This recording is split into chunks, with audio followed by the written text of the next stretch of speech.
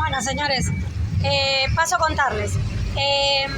Ya tengo un acta este 2024, porque viste que no puede pasar un año sin que me pongan un acta, y es porque los pequeños niños de secundaria, me han acusado de adoctrinar.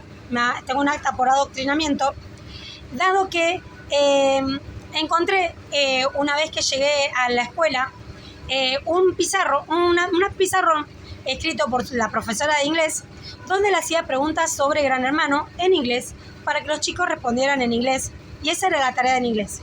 Bien, entonces le dije a los chicos, bueno, chicos, recuerden que Gran Hermano no hay que votar, es una estafa, está todo arreglado, y que no los vayan a engañar porque es una estafa económica votar en Gran Hermano, porque se queda o se va quien le conviene a la producción, no quien vota a la gente. Y ustedes pagan un voto, ¿sí? Y ellos generan millones por semana por los votos que no tienen injerencia en quién se queda y quién se va de la casa. Por lo tanto, es una estafa económica. Bueno, gracias a eso tengo un acta en la escuela técnica, tengo un acta por adoctrinamiento, por andar diciendo esas cosas en artística, que no tiene nada que ver mi materia, pero sí en la materia de inglés. En la materia de inglés tiene mucho que ver Gran Hermano, que nadie se quejó, pero en mi hora sí tiene mucho, no tiene nada que ver Gran Hermano, y por eso se me acusa de no ser profesional por haber aclarado que esta situación de estafas económicas de Gran Hermano. Otra cosa más. ¿Qué más se me acusó? Se me acusó de hablar mal del gobernador Axel Kicillof, por decir que estoy a favor de la nueva reforma educativa, que me parece genial porque pone el eje en el alumno, y sabemos que muchos van a estar en contra porque muchos pueden alegar que se quita autoridad a los docentes porque la centralidad está en el alumno, ¿sí?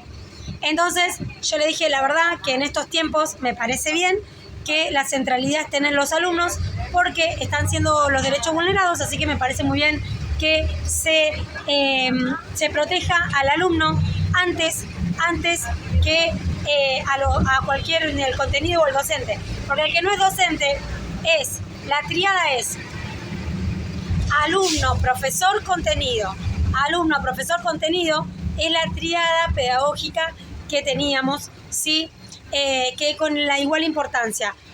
Alumno, profesor y contenido, la misma, un triángulo equidistante, ¿sí? Tienen la misma importancia. Aparte de la reforma educativa de Milei, pasan a tener prioridad los chicos, y me parece bien, ya que muchos habían sido sus derechos vulnerados como alumnos. Sí, gracias a eso me acusaron de hablar mal del gobernador, y por eso tengo un acta por adoctrinar, ¿sí? ¿Qué otra cosa se me soltó en la escuela? Se me soltó también que, ¿qué más? Hubo 3 acusaciones. Primero me acusaron de andar hablando de cosas que no tienen nada que ver con mi materia, como de Gran Hermano, ¿sí? Por decir que Gran Hermano era una estafa y que no voten porque era una estafa económica. Y también me acusaron de hablar mal del señor gobernador, porque por hablar bien de la reforma educativa me acusaron de hablar mal del gobernador, ¿sí? ¿Qué más? Hoy estamos hablando de discriminación. Les aviso a los padres que toda esta semana, es la jornada de ESI.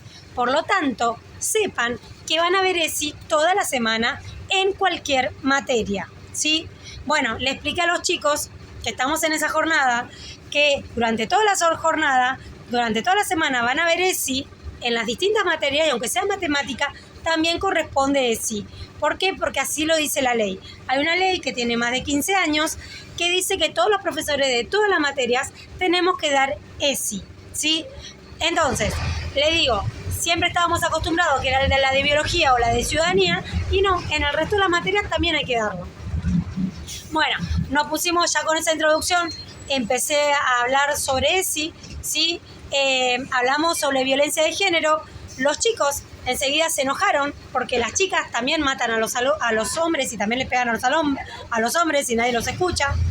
Entonces le dije, sí, es verdad, hay 2 casos de películas muy conocidas, está Nair Galarza y está el caso de Reno, donde son mujeres violentando a los hombres. ¿Sí?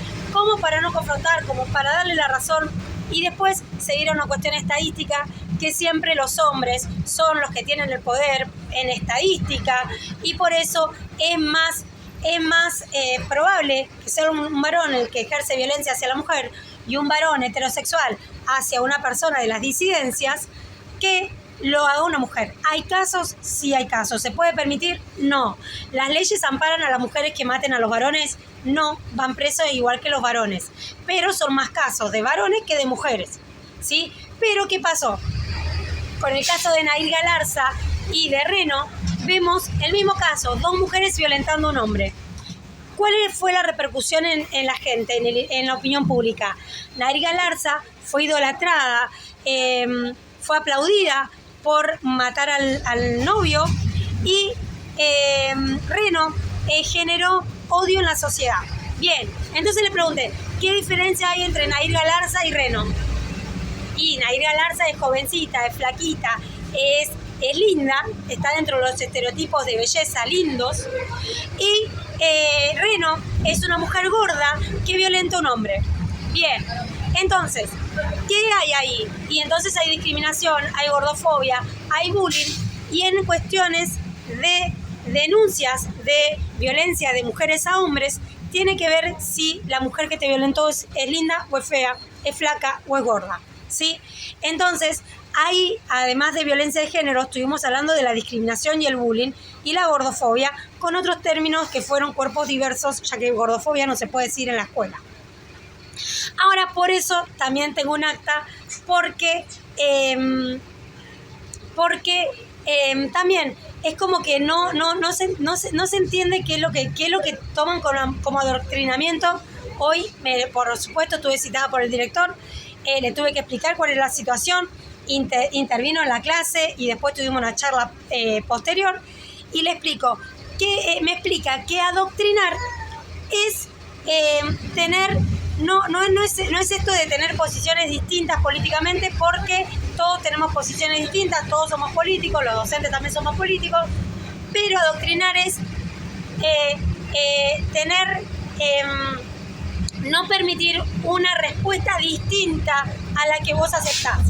Bien, o sea que adoctrinar no es no permitir una opinión política distinta en el aula, sino que es no dejar opinar a los alumnos, ¿sí? Si tengo una respuesta cerrada, si solamente mi postura es la válida y los alumnos no pueden dar su postura, eso es adoctrinar. Bueno, voy a empezar a preguntar.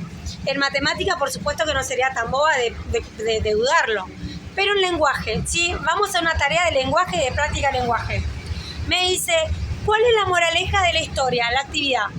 Tengo respuesta en múltiple choice, tengo respuesta A, B o C.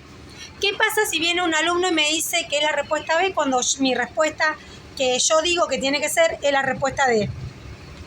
Entonces lo voy a acusar por adoctrinar.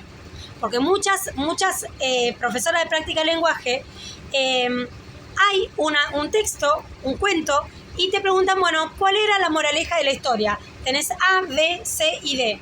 Y el chico pone B cuando vos esperabas poner C.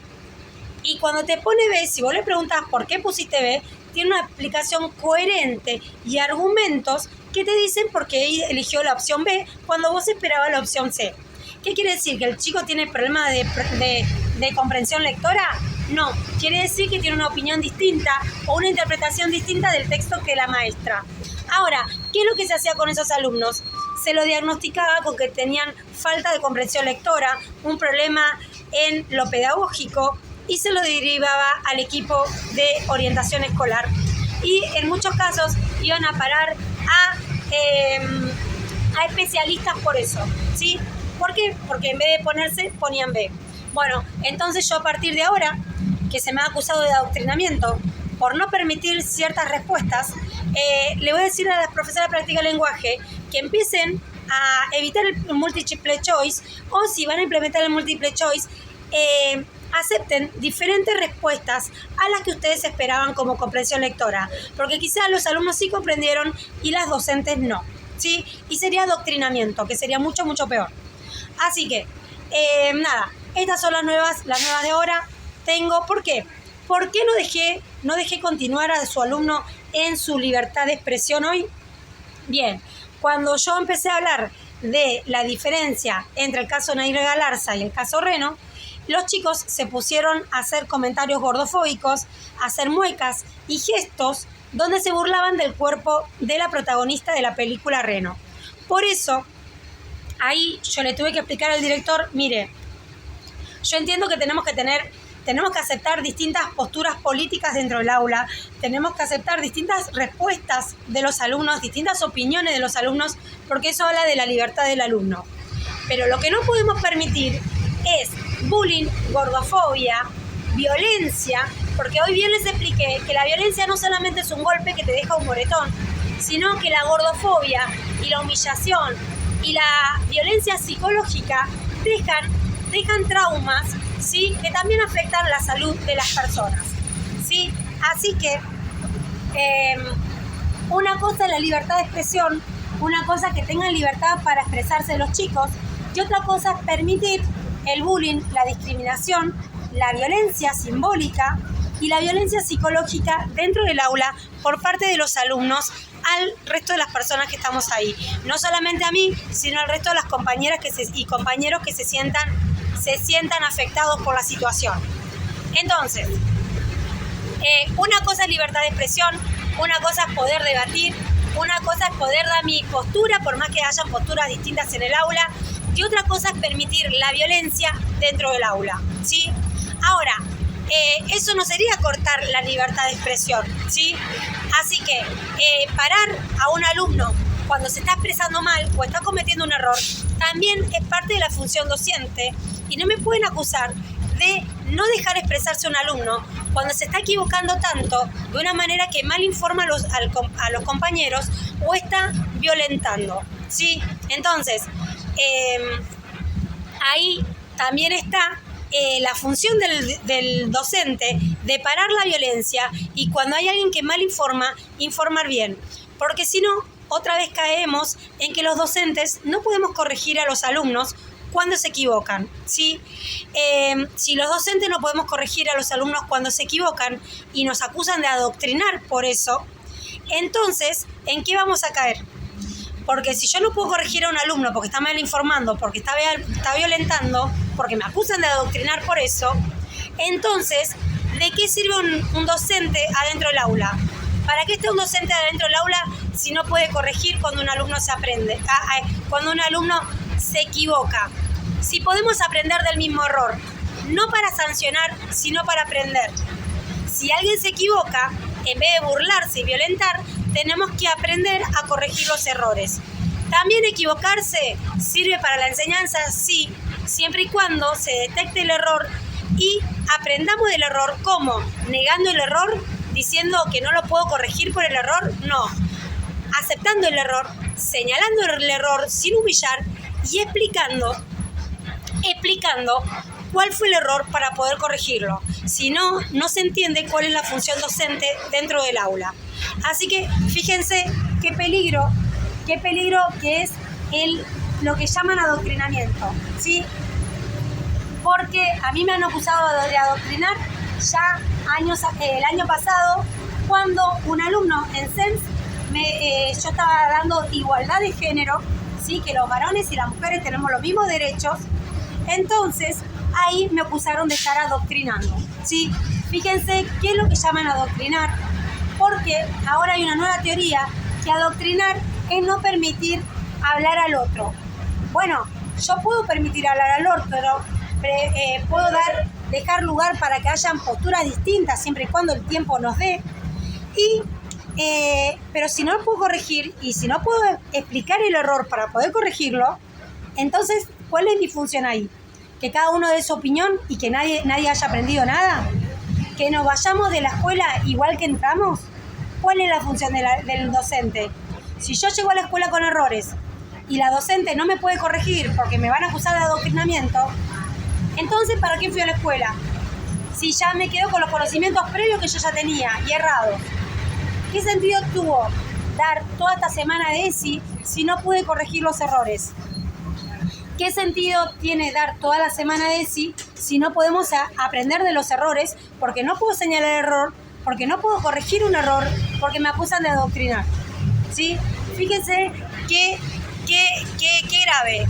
Y ahora, los mismos que no denuncian a las docentes cuando llevan a Tinelli al aula, los mismos que no denuncian a la izquierda cuando en el acto por el día de San Martín hablaban de la deuda externa en medio del acto de San Martín, eso no lo denuncian. Pero si yo hablo de Gran Hermano dentro del aula porque estaban hablando de eso en el pizarrón en inglés, entonces ahí sí se me acusa a mí de decir algo que no corresponde. Perdón, pero la gente desconoce las cuestiones. A ver, citar películas, Reno y Nair Galarza, es como la docente que te trae intensamente al aula. ¿Ustedes tienen un problema de ver intensamente en el aula en secundaria? No, porque a partir de ahí trabajamos las emociones. Bueno, ¿tienen un problema en que yo cite películas como Nair y Reno para hablar de gordofobia en cuanto a la violencia? ¿Cuál es el problema? ¿Por qué algunas películas sí y otras películas no? Porque no llevé la película, simplemente las cité las películas. A ver, ¿y por qué hablar de intensamente en cualquier materia está bien? Y hablar de Gran Hermano en inglés está bien, pero si a la hora de artística te digo que Gran Hermano es una estafa y que no voten porque es una estafa económica, enseguida yo tengo actas por no hablar de cosas que corresponden a mi materia. ¿Por qué la de inglés no le hace nadie un acta de que habla de Gran Hermano en las cuestiones pedagógicas de inglés? ¿Por qué a las que miran intensamente en materias que no tienen nada que ver con las emociones, nadie les hace acta? ¿Sí? ¿Por qué? Ahora, si yo te cito películas de Reno y Nair Galarza, que son hechos reales, entonces ahí tengo un acta por hablar de algo que no corresponde. Cuando es el contexto de que los mismos alumnos preguntan de la violencia de las mujeres a los varones. Entonces, fíjense que es gravísimo cómo a ellas, del resto de las docentes, se les permite hablar de Gran Hermano, se les permite en un acto patrio recrear a Tinelli, se les permite en un acto patrio hablar de la deuda externa, pero si yo hablo de casos reales, de leyes, ¿sí? Enseguida me dicen que estoy haciendo algo que no corresponde de mi materia y ya me pusieron un acta por adoctrinar, por decir que estoy a favor de la nueva reforma educativa, ¿sí? Y los chicos entendieron lo contrario y ahora tengo un acta por adoctrinar en mi ley cuando dije que estaba a favor de la reforma educativa, ¿sí? Entonces fíjense, no solamente los pibes se entienden mal, sino que en realidad también tienen desconocimiento en cuanto a lo pedagógico, pero todos sabemos que hasta los mismos directivos tienen desconocimiento de qué se trata mi materia, así que realmente ¿cómo voy a llegar hasta fin de mes viva? No lo sé. Esperemos que no lo sé, porque el resto puede hacer cualquier cosa, que realmente son adoctrinar, que realmente es hacer cosas que no tienen que ver con la materia. Y yo cuando hablo de algo de citar películas que son el contexto de los alumnos, leyes que van a afectar a los alumnos y películas que son las que conocen los alumnos, enseguida me acusan de hacer algo que no corresponde a la materia, cuando en realidad estoy llevando un conocimiento de ESI a algo cercano a los alumnos, como es lo que ven en la tele, lo que ven en Netflix, lo que ven en la tele y lo que ven y las cosas que suceden a nivel leyes, no partidos políticos, a nivel leyes acá en Argentina. Y la verdad es una vergüenza cómo se trata al resto de las docentes y cómo se me trata a mí, siempre como la sirvienta, siempre como la que hace todo mal, siempre como la que está errada, cuando hago lo mismo que hacen los demás y con más profesionalismo.